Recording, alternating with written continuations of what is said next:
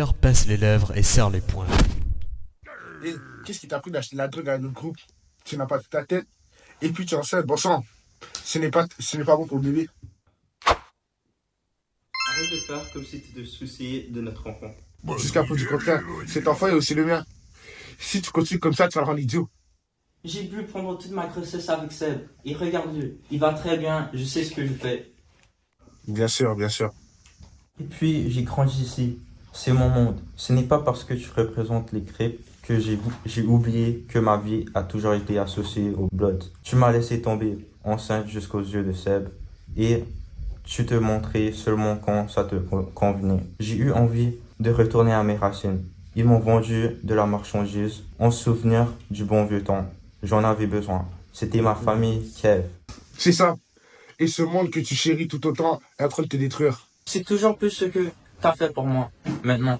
Fou de rage, mon père la repousse violemment. Elle s'effondre sur le canapé. Il lève sa grosse main en l'air. Elle protège son visage. Mon cœur se serre. J'ai perdu le compte du nombre de fois où j'ai ressenti cela aujourd'hui. Je me dis qu'il va la frapper. Ça arrive souvent. Pourtant, cela me noue toujours autant l'estomac.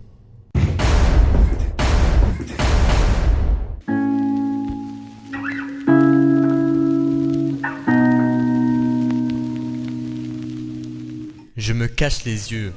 Un long moment s'écoule. J'attends le cri, les pleurs, mais l'appartement reste étrangement silencieux. Puis, la porte d'entrée claque. Quand je retire ma main de devant mes yeux, papa a disparu. Dehors, il fait nuit noire. Il est très tard. La dernière fois que j'ai regardé l'heure, il était 2h30. Assise parmi les amis de mes parents, j'écoute les conversations et la musique qui résonne. Boum, boum, boum. Je la ressens partout, dans mon cœur, dans mon ventre, dans ma tête. Ça commence à me faire mal. Je suis fatigué, mais je préfère rester éveillé pour entendre les histoires de papa. Il est revenu à la maison il y a quelques heures. En ce moment, il raconte comment il a réglé le problème de maman. Alors je lui ai dit, Eliane ne te va plus rester, t'es mort. Les gars ont commencé à se gonfler la poitrine et à parler fort pour se donner de l'importance. Alors pas. Je sursaute lorsque papa hausse la voix pour imiter le bruit d'une arme. Ce son, je le reconnais. C'est le même qu'à la télévision. Et souvent dans le quartier aussi. Tout le monde éclate de rire. Je ne comprends pas pourquoi. Il vient de dire qu'il a tiré sur quelqu'un, non? En tout cas, j'imite les autres. Je ris fort. Encore plus qu'eux. Je les déteste ces types. Ils n'auraient jamais dû s'en prendre à la famille. C'est tout. S'exclame Franz, mon cousin. Qui aille se faire voir, les Crips. Les adultes félicitent Franz pour ses réflexions. Ils lui donnent des accolades, comme dans les clips de rappeurs que j'ai vus des centaines de fois à la télévision. Arrête France, reste maintenant. Écoute-moi bien, les rouges, les bleus, c'est la même chose. Quand on y pense, on se bat pour la même chose. L'argent, le pouvoir, le respect. On refuse d'avoir un patron sur le dos qui nous paye pendant qu'il ramasse les miettes qui sont échus. Mais, est-ce qu'on agit plus intelligemment en travaillant pour eux? Pas du tout.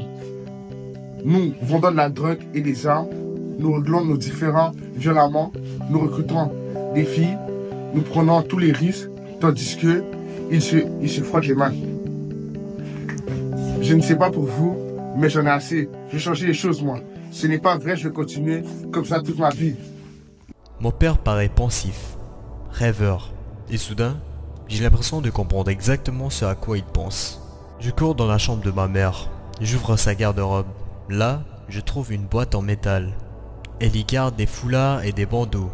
Je fouille frénétiquement jusqu'à ce que je trouve ce que je cherche. Oui, c'est parfait. J'attache le bout de tissu bien serré sur ma tête avant de retourner au salon. Lorsque je me tiens au milieu de la pièce, je crie pour qu'on m'entende. Hé, regardez-moi, j'ai ma propre bande, les verts, les verts, les verts. Le silence s'installe, puis les rires éclatent.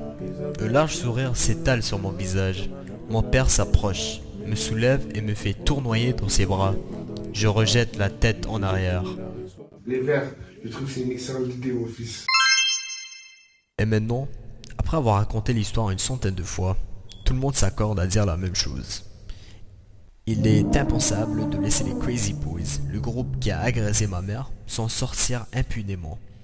Nous formons toute une bande chez Franz. Ses parents sont absents. Mais son grand frère, Nesli, est là. Il a 20 ans. Si j'ai toujours trouvé Franz cool, mon cousin Nesli, lui, l'est encore plus.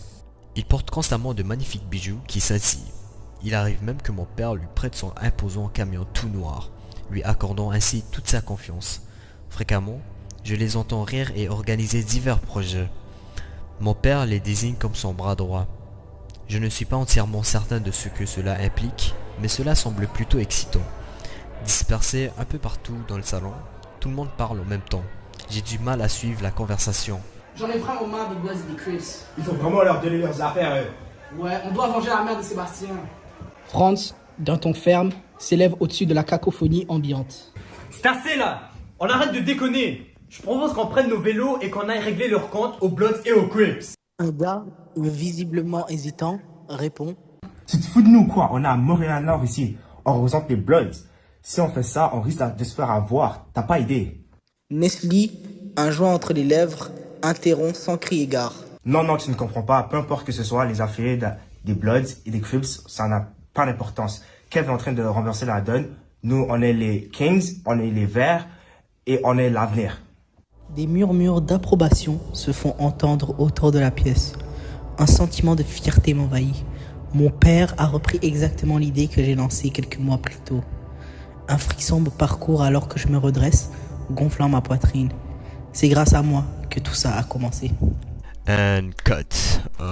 Ouais, je suis vraiment fatigué. Il est 5h du mat en ce moment-là, ok.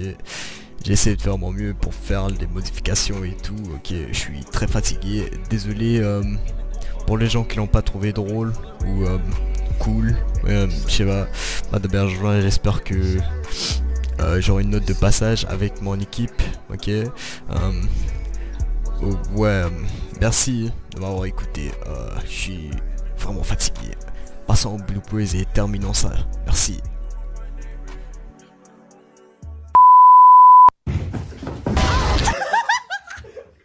Vas-y, give that. Oh.